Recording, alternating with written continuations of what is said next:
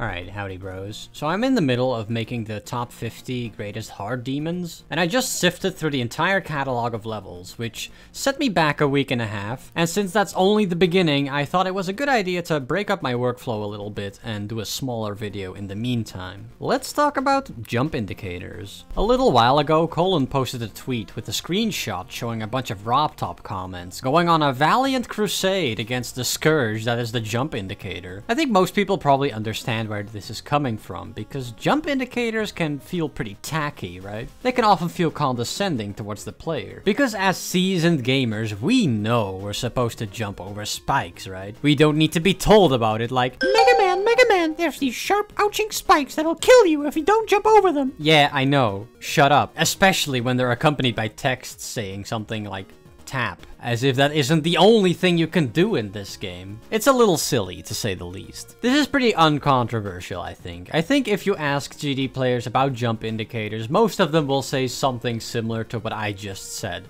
Unless they're star grinders, maybe. If you agree with me, make sure to like, comment, and subscribe. Anyway, star grinders are a curious bunch, which is a polite way for me to say that I think they're deranged lunatics. I don't know, man. Chasing stats in this game completely sucks the fun out of it, I think. You stop playing levels for enjoyment, instead seeking a pointless numerical reward. Inconveniences become frustrating because they impede your progress. It just hurts your ability to enjoy Geometry Dash levels for what they are, to stop and smell the roses, as it were. But that's just me. Anyway, this tangent about star grinders is related, I swear. It's this perverse approach to beating levels that also affects their perspective on jump indicators.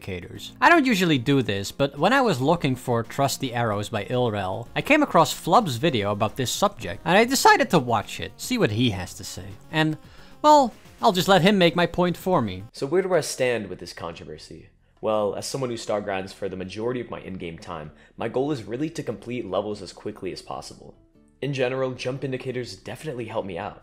I'm really appreciative of these indicators for most levels where it just guides me and makes me think less. Jump indicators allow him to think less and just go with the flow of the level. Now, I'm not going to say that that's universally bad, but I think the fact that jump indicators allow you to not think as much about the level you're playing is usually a negative thing. If you're not thinking about the level, you're not really engaging with it. I really noticed this myself while playing Change of Scene and Königstein, specifically in the duel parts. The duels aren't super hard in these levels, and the fact that the jump indicators show you exactly where you need to click means it's entirely possible to follow along with the indicators and clear the section without any trouble, even if you have no idea what you just did. In fact, that was exactly the case for me. I didn't really know what I was doing until I made a conscious effort to actually pay attention to what was happening on the screen. If this experience is at all relatable to you, make sure to like, comment, and subscribe. Duel parts, specifically asymmetrical ones, are usually the parts where the player is most engaged with the level, because dual parts take some time to figure out. You've got twice the icons to worry about after all. And I think that's really cool.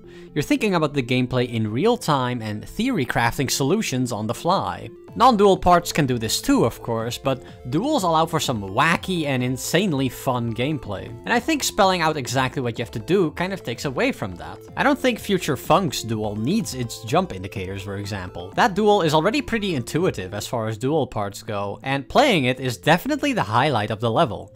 I don't need my hand held for this. I'm a big boy, I can handle it. Let me figure it out on my own. If you also don't need your hand held in dual parts, make sure to like, comment, and subscribe. I guess it's all about directing the player's attention. If you put jump indicators in your level, you are teaching the player that they can just look for the indicators and press the button whenever they come up, without really thinking about it. And you have to consider if that's really what you want your level to play like. It creates a very forgettable experience, so you're probably better off leaving the jump indicators out and making the player analyze the level a little more closely. Alternatively, you could also use jump indicators for nefarious purposes. Alright. Fair warning here, I'm about to talk about a version of PG Clubstep that I just completely hallucinated. I misremembered the level and I'm going to say things about it that are completely false. I prefer the version that exists in my mind though, so I decided to keep this section in anyway. Thank you for understanding, and make sure to like, comment, and subscribe if you want to cuddle PG Clubstep cat. PG Clubstep actively lies to you with its jump indicators, crossing out orbs you're actually supposed to hit and highlighting ones you're supposed to skip. This level is very coy about it, with its goofy smiley faces all over the level. It creates a playfully adversarial relationship between the player and the level, and I think that's kind of fun, if a little frustrating. The smiley faces do a lot of work here though, because I don't think I would like it nearly as much if the level wasn't being a little mischievous about it. There are levels that are completely unapologetic about using jump indicators to mislead you, preying on your lizard-brained instinct to press the button when you're told to, and they usually fall in the memory level category, which I don't find very fun. I don't think it's very engaging to guess whether or not a jump indicator is being truthful or not. I guess I just enjoy a little mischief in my Geometry Dash levels, like this. If this is you right now, be sure to like, comment, and subscribe. I talked about still life in my difficulty balancing video too, but I need to bring it up again. In fact, I think the balancing in this level is part of the reason why the jump indicators do work in this level. The difficulty ramps up a lot in the second half, which raises the tension. Because you're climbing this tower, obstacles don't appear until much later than usual, and the jump indicators really help smooth over a lot of unnecessary frustration, I think. It also helps with the moving objects in the final part. On top of that, the gameplay in this level is pretty straightforward.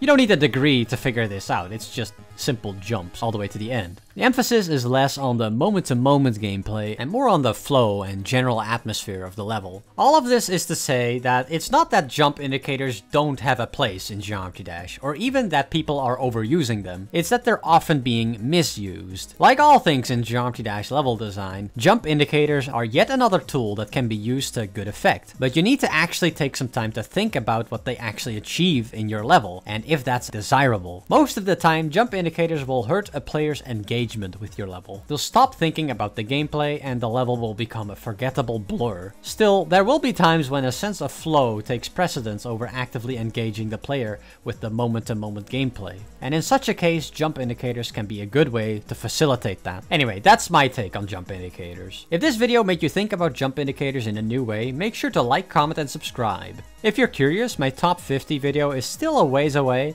I still need to narrow down my list, write the script, record the video, and edit it, so don't expect it for another month at the very least. I'll make some smaller videos in the meantime though. To that point, special thanks to my grandpa demons Xkami, Belfry Clock, and Alferia for supporting the work I do here. And as always, thanks for watching everybody, and see you later.